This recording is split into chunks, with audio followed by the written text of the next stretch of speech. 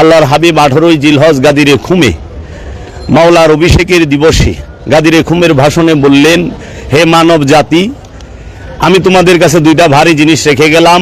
যদি তোমরা শক্তভাবে, মজবুতভাবে, দৃঢ়ভাবে এই দুইটা জিনিসকে ধরে রাখতে পারো, জীবনে পথভ্রষ্ট হবে না, গুমরা হবে না, বিপদগামী হবে না। এক হলো কিতাব আল্লাহি, আল্লাহর কিতাব, ওয়া ইত্রাদাহি, আমার বংশ, নবীর বংশ এবং আল্লাহর কিতাব।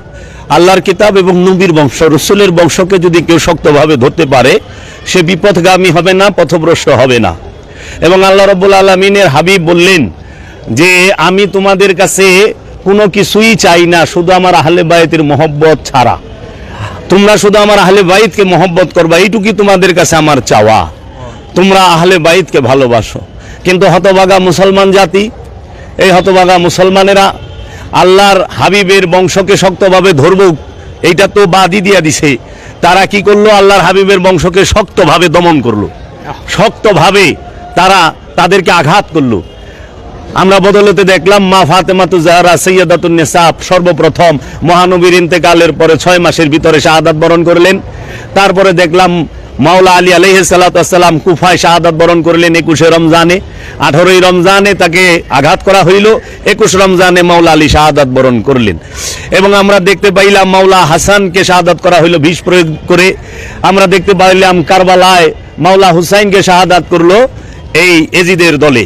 এখন কথা হইল, আরো আওলাদে রসুলের যত ইমামগণ আছেন, 12 ইমাম, 14 মাসুমের সবাইকেই একে একে শাহাদাত করা হয়েছে। এখন প্রশ্ন হইল, আল্লাহর রসুল তো বলছিলেন ভালোবাসতে, আল্লাহর রসুল বলছিলেন আমার আহলে বাইতকে ভালোবাসো, আল্লাহর রসুল বলছিলেন আমার আহলে বাইতকে শক্তভাবে, মজবুতভাবে, দৃঢ়ভাবে ধরো। কিন্তু এই মুসলমান জাতি কি করলো? তাকে দৃঢ়ভাবে, শক্তভাবে না দইরা হত্যা করলো, নির্যাতন করলো, জুলুম করলো এবং বিভিন্ন তাদের যারা প্রেমিক তাদেরকে ফতোয়া জর্জরিত করে দিল।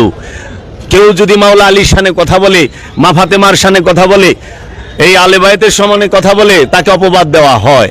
এই হইল আমাদের এই হতভাগা মুসলমান জাতি করলো। এখন মুসলমান জাতি পাগল হয়ে গেল দুই জিনিস লইয়া।